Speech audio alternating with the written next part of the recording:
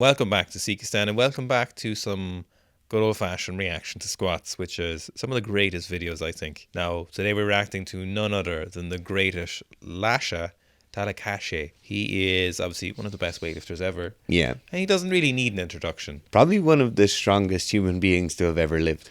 What I'm saying here is that you're never going to see a video with more 315 for triple squats in it. You just won't see it. Just not out there. It's just not it's impossible that you'll see another video like this. It just seems as though he has numbers that he sticks to, and he just does differing amounts of reps and sets at those small amount of numbers. Oh, we'll talk about that in a second. But first up, we have the only video of Lasha front squatting, and that's 280 kilos, which I think is a fair amount. Now, a little bit less than Alias 290, but I'm sure he could pull one out of the hat. I have a feeling like he has squatted more than 280 in the past. I'm not sure. I don't know. I don't think they put too much emphasis on it. Yeah. A lot of those Soviet systems just don't care about that front squat value as much as just doing the front squats, you think. Yes. So here's some 230 for reps. 300 for a double. So these are going in order of increased repetitions.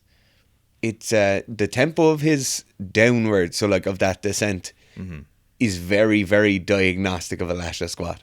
I have a feeling you could see a stick man doing that kind of slow control, small bounce it up. You could see that in a stick man and you'd know it's Lasha. If you had a little belly on it, a little gusset. I love some of these filters are a little bit different and it just makes the squats look a little bit more aesthetic. Do you like the kind of sepia style filter? I like the little VHS kind of, yeah. Okay. What we see is that characteristic super wide grip, which is definitely not recommended. A lot of times people will have really poor lower back stability. We'll see a lot of the hip shifting if they go super wide and they don't maintain much upper back integrity. But Lasha seems to be just so fucking strong that he doesn't need to do that. Also, I think being that big as well has a massive influence on how stable he's going to be. Yes, he's going to have a lot more proprioceptive. Yeah. And I think that's the nature of that kind of quick little bounce out of the bottom, as well as he has so much of that, like what people will call biomechanical stacking, of like the belly pushing against the quads and the hamstrings interacting with the lower legs.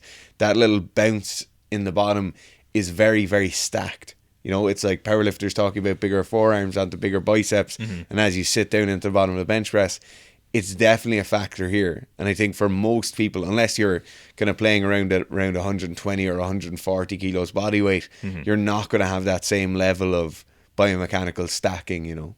Yeah, so you'd have mechanoreceptors and they'd be kind of acting like pneumatic pads almost. And Mel Siff is someone who's very interested, a former South African biomechanics expert, biomechanist. He sadly passed away a couple of years ago, but an absolute wizard when it comes to biomechanics. And he talked a lot about this position here. When you have this almost gusset, when you have this larger area here, it's similar to why leg pressing feels incredibly strong, because when you lie in this position, you get this stacking. When you bring those quads into this position, your body feels that stability. You know, it's a fallacy to assume that when you do a bicep curl, everything else in your body is not involved in that bicep curl. While there's a prime load on the bicep, all contractions are involved body-wise. Your body's a very tight, cohesive unit, and everything is incredibly synchronized and coordinated. And while you may not be consciously aware of the coordination going on, everything that happens is monitored in that central nervous system. And when we're looking for best positions, don't count anything out. And when we're in this larger human as Lasha, he's just got a lot of this extra familiarity going around. Yeah. With the little... There's a lot of receptors there. Now, 300 for 5 is 300 kilos for 5. You know, the other thing with Lasha squats is no matter what the weight is, it's just always identical. It's literally the exact same year on year, rep on rep, weight on weight. Yeah, and it is a massive... it's a massive contrast to when you see some of the Chinese weightlifting team, and those maximal squats are maximal. Like you'll see their head being thrown back, you'll see the mouth open, they're kind of shake through. They'll really push through maximal weights. Lasha is squatting obviously insanely heavy weights here, but they all look to be very submaximal, which in the sports science realm, or the realm of kind of exercise science in general, if you want someone to be the fastest, most powerful unit they could possibly be, this is how you would want a lot of the squats to look. You wouldn't want them to be moving at 0.4 meters per second. You'd want the barbell to be moving quickly, like that classic thing we've repeated so many times, heavy weights moving fast. With Lasha, it's always very heavy weights and it's always moving quite fast. With Lasha, he's in the most extreme example of where a weightlifter attains or aspires to get to, because for everyone else, weightlifting is such a funny sport when it comes to speed strength. So it isn't a speed strength sport, but it also requires differing levels of force production. So when we're looking at other sports, other speed strength sports, maybe shot putters, disc throwers, other, maybe you could even maybe count things like judo or wrestling in there, more or less that the sport specific activity maintains a very similar level of force. So the shot put remains the same, your opponents are going to be weight classed within reason, you know, your disc is going to be the same, your javelin is going to be the same weight. And so while maximum force production is very, very useful, and it's super important in the realm of rate of force production, and it's really, really paramount that you increase your force production and your strength levels and all the good benefits, all the good gravy that comes with being stronger, you generally can get to a certain stage of training, a certain stage of strength,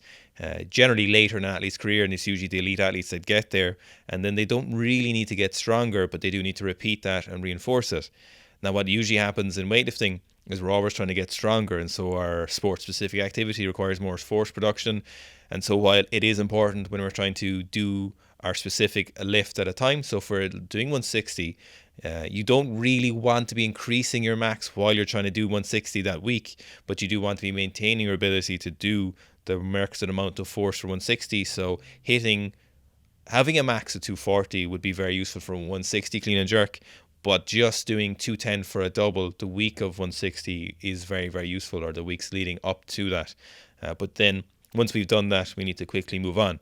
Lash is in the interesting position where he is essentially reached more than he'll ever need to squat. That 325 for a triple is enough for Lasha to squat forever, essentially, to hit that 225, 270 clean and jerks. He doesn't really need any more. You see really large diminishing returns on squats once you get beyond that kind of 320 for reps for those super heavies. Generally like the 96 to 110 kilo athletes, it's like 320 for a single. Once you're beyond that, it seems to be of zero use to increase it beyond that. And Lasha is just at that stage.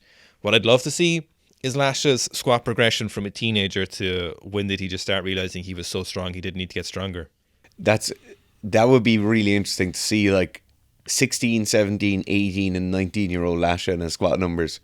I think the other thing that would be very interesting to see is as Lasha gained weight. So obviously Lasha was a super heavy as a 17-year-old, but as Lasha gained weight and gained body mass and increased that kind of stacking ability that we talked about, how his squat went up. Was it kind of linear increase? So for most people, a 5% gain in body weight, you will have a noticeable increase in your squat, or you'll have a noticeable increase in your ability to squat heavier weights. It will feel easier when you are a bit heavier. I'd love to see when it's, because in this case it's so extreme, when you're going from 100 to 120, from 120 to 140, 140 up above whatever he is now. I'd love to see what those kind of weight increases mean for the actual squat numbers at the end of the day. Did his squat necessarily increase? Was it just that those heavier squats felt easier? Was it just that the heavier squats moved faster? Or were they just more, you could fit more of them into a training block? We're on a run of 315 for triples here. There's multiple ones of them. One thing as well at Lasha buries his squats. He doesn't look like he could really get any lower with good positions.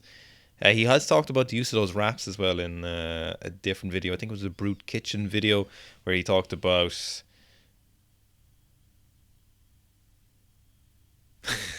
Did you see that? No. Where he talked about that the wraps don't really add anything to his squat. He just likes how they feel. But he probably gets a little bit out of them, but I would say it's very minor. And I wouldn't doubt. 325 for a double. 325 for a triple A. In the construction site in the mountains, far away from anyone who might come and look for them. Yeah. It's actually a finished building hidden in a load of unfinished buildings. So they just show up and they're like, oh no, this is just a building site, but it's actually an Olympic training centre in the middle. Yeah, no, he couldn't be in here. This location must be wrong. Yeah. They specifically finished half-built buildings just for Lasha. They'd have one of those like small little swinging pendulums, you know, and they're like, there's so much weight in that building. We feel like there's a lot of weights in there. Be like, the gravity has changed because there's so much weight there. It's like, no, it can't be. It's just a building site. No, we got to get out of here. Yeah, so there's Lasha, one of the greatest squatters ever. I'd love to know what his all-out 1RM would be, and I wonder if he's ever done it. So we've only ever seen the heaviest is like 325 for a triple. So we're kind of left in the dark with just speculation with what his max might be. I think Lasha is just so valuable as a weightlifter. It would be kind of neglectful to be like, oh, let's just max out today. And also, he's not maxing out going for like a 180. He's maxing out going for 350 or north of that, you know. See, I'm not even sure he could load anything more than 325 on the bar. Looking at those, Yes. I don't know. He'd have to get the 50 kilo plates. Or have to get certainly at least get metal plates. Yeah. I wonder how much he cares about the squat as well. I wonder how much he really wants to push it, because we know he's motivated to do large snatch, clean, jerk, of course. Yeah. But I wonder, does he care about the squat, or is he like, oh, squats today, pulls, bench later? Like, he's just like, whatever, Yeah. He's not like, Because it is funny when you talk to a lot of the international, like high level international weightlifters, the numbers they're snatching and clean and jerking don't really matter to them, you know. It's medals. It's European medals, World Championship medals, and Olympic medals. They are the thing they care about. It doesn't matter if they get there with a 140 snatch or a 220 snatch. It doesn't matter if they get there with a 5 kilo all-time PB or if they get there 30 kilos under the heaviest weight they've ever lifted. The medals seem to be the most important thing to them, you know. And like, we're all here in kind of weightlifting fandom thinking about like, oh, the 500 kilo total. Lasha mightn't care less. no, he's talked about that. Has he talked about that? Yeah. It's just interesting. I'd like to know if he cares about the squat in the same way, you know? So if you have other videos you'd like us to react to, we'd appreciate it. We'd appreciate it if you know of heavier squats that Lasha has done. And if you know where we can find the video, please comment down below. And as always, thanks very much for watching. If you need to improve your own squat, the infamous Road to Anywhere squat program at seekstrength.com. We've had literally anywhere from 15 to, I think the most we've seen is 45 kilos.